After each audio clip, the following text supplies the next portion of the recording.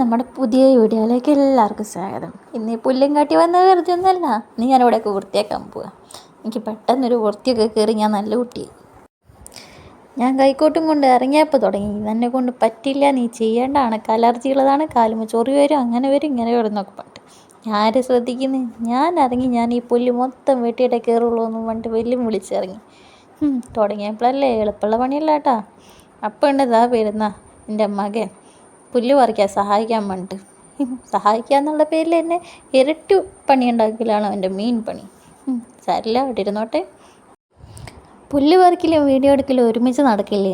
അത് കാരണം കിട്ടിയ വീഡിയോ അവിടെ നിന്ന് ഇവിടെ നിന്നൊക്കെ ആയിട്ട് എടുത്തിട്ടുള്ളതാണ്. ഇടയ്ക്ക് ഞാൻ റെസ്റ്റ് ചെയ്യുന്നുണ്ട് കേട്ടോ. കാലത്ത് തുടങ്ങിയ പുല്ല് പറിയാണ് ഏകദേശം നട്ടുച്ചയായിട്ട് നല്ല വെയിലായിട്ട് ഞങ്ങളുടെ പണി ഇതുവരെയായിട്ടും തീർന്നിട്ടില്ല. പിന്നെ ഒരു 1:30-2:30 ആകുമ്പോഴേക്കും നല്ല വെയിലായി. ഉച്ചയായതുകൊണ്ടും ഭോജനം ഒഴിവാക്കാൻ കഴിയാത്തത് കൊണ്ടും ഞാൻ വേഗം പോയി ഫുഡടിച്ച് ഒന്ന് റെസ്റ്റ് ചെയ്ത് വീണ്ടും വന്ന് പണി കണ്ട് കഴിച്ച് വെച്ചു. അപ്പോൾ വൈകുന്നേരം 4:30 ആകുമ്പോഴേക്കും ഞങ്ങളുടെ വൃത്തിയാക്കലൊക്കെ കഴിഞ്ഞു. അമ്മയുടെ അച്ഛനും മുന്നിൽ ഒരു ഞെളിഞ്ഞ് നിൽപ്പുണ്ടായിരുന്നു എൻ്റെ സാറേ. അപ്പോൾ ഇത്രയുള്ള നമ്മുടെ വീഡിയോ. ടാറ്റാ.